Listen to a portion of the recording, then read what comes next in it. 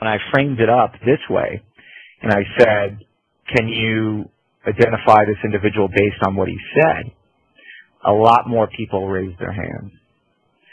And if you probably guessed it by now, this is Willie Sutton. Now, and for some reason this thing just popped me out. So what's interesting about Willie Sutton's quote, and for those of you who don't know, I mean, Willie Sutton is probably one of the most famous American bank robbers, responsible for knocking over about 100 banks in the 1920s and 1930s. And you know, one day Willie was asked by a reporter, you know, Willie, why do you rob banks? And his response obviously is what made him famous throughout all these years, and it was because that's where the money is. And I ask you to look at this in context of the next generation bad guy. Do we feel that today's bad guy is actively targeting the cloud? And I think you have to ask yourself in the context of the banking industry how they've evolved. But and I'm going to get to that. But in the context of the cloud, and there's interesting parallels here.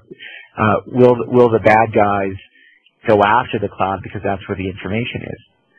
And you know, taking that a step further, if you look at how banks have evolved their security, you know, obviously long gone are the days, for the most part, of the bad guys, you know, going through the front door, guns blazing, with getaway drivers. Thanks to things like biometric access, GPS location devices on money bags, and third-party audits and regulation, like from the FDIC, you have a more secure banking industry. And I'll add to that, which is the large-scale heists that we saw in the days of Willie Sutton, you know, no longer happen through, you know, physical penetration.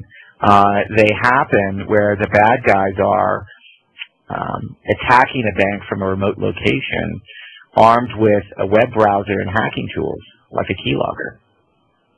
And so I think that this is the reality of today. It's the reality of the cloud. And when you look at what are the threats to the cloud, there's a lot. Now, this is another study that was done by the Cloud Security Alliance, which McAfee is a member of. And they basically have created what they call the 7 deadly sins. And I'm not going to go through all of these, but I'll pick a few and we can talk about it. And again, I'll open up at the end for some Q&A. Things like nefarious use of service, I think, are quite obvious as a threat. We're already seeing today botnets hijack cloud resources to do things like crack passwords, or the Zeus botnet to host command and control of botnets. You know, this is an interesting question to ask yourself.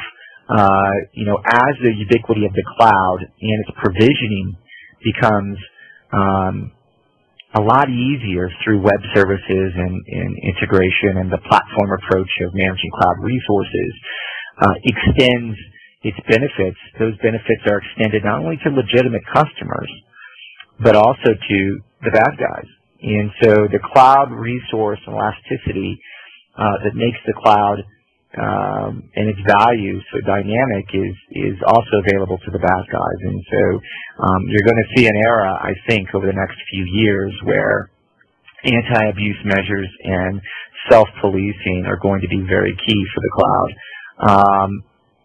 But it's also, I think, from a risk perspective, you know, when you look at some of these others, shared technology vulnerabilities. And you know, I always hear over and over again the apartment analogy, which I think is a good one. You know, the apartment analogy in context of a shared technology vulnerability. You know, think about, and this is kind of creepy, but you know, think about that guy in the unit next to yours drilling a hole in his wall to be able to spy on you, right? The multi-tenant nature of the cloud and its architecture does represent some new issues, not only from a technology perspective, but also governance. Malicious insiders. I think that this is, again, in the apartment analogy, somebody with a master key, maybe in the front office, getting access to your unit without your knowledge. Now, these are all, I think, serious issues and issues that industry is going to have to come together and collaborate with to try and solve these. Now, let me tell you what McAfee is doing from a cloud perspective. It's really a three-part strategy. It's security from the cloud, it's also security in the cloud, and it's security for the cloud. Now, these three components make up McAfee's cloud vision. Let me talk about the first component of this, which is security from the cloud. And there's a basic principle here that McAfee's been operating on, which is we believe that the cloud is extremely important in scaling your business. However, we believe that it's also equally important, it has a vital role in protecting your business.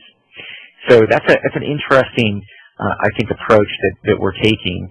And the proof's kind of in the pudding. And one of the things that surprised me when I joined McAfee last year was just how long McAfee has been providing security as a service. Today McAfee has the broadest SaaS portfolio in industry.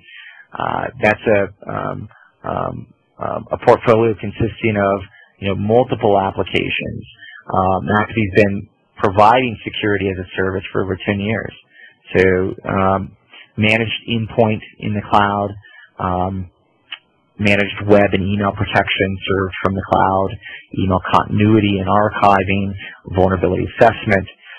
This is a very large-scale multi-tenant platform that touches just about 10 million end users. So there's a lot of rich features within this portfolio, and it's really an area that we see it's growing pretty rapidly. So McAfee acquired MXLogic, my company, last year. We represented a few of these applications, and together what's being created here is a really unique portfolio that can deliver security from the cloud. Now, what's on top of this is McAfee's global threat intelligence, and that really represents this second go-to-market strategy around the cloud, which is delivering security in the cloud. And what's really unique about the global threat intelligence platform McAfee has created is that essentially McAfee has taken all of those endpoints, gateways, and firewalls and turned them into threat sensors, where we use the cloud to collect and to correlate all that threat data in real time across all those different threat vectors.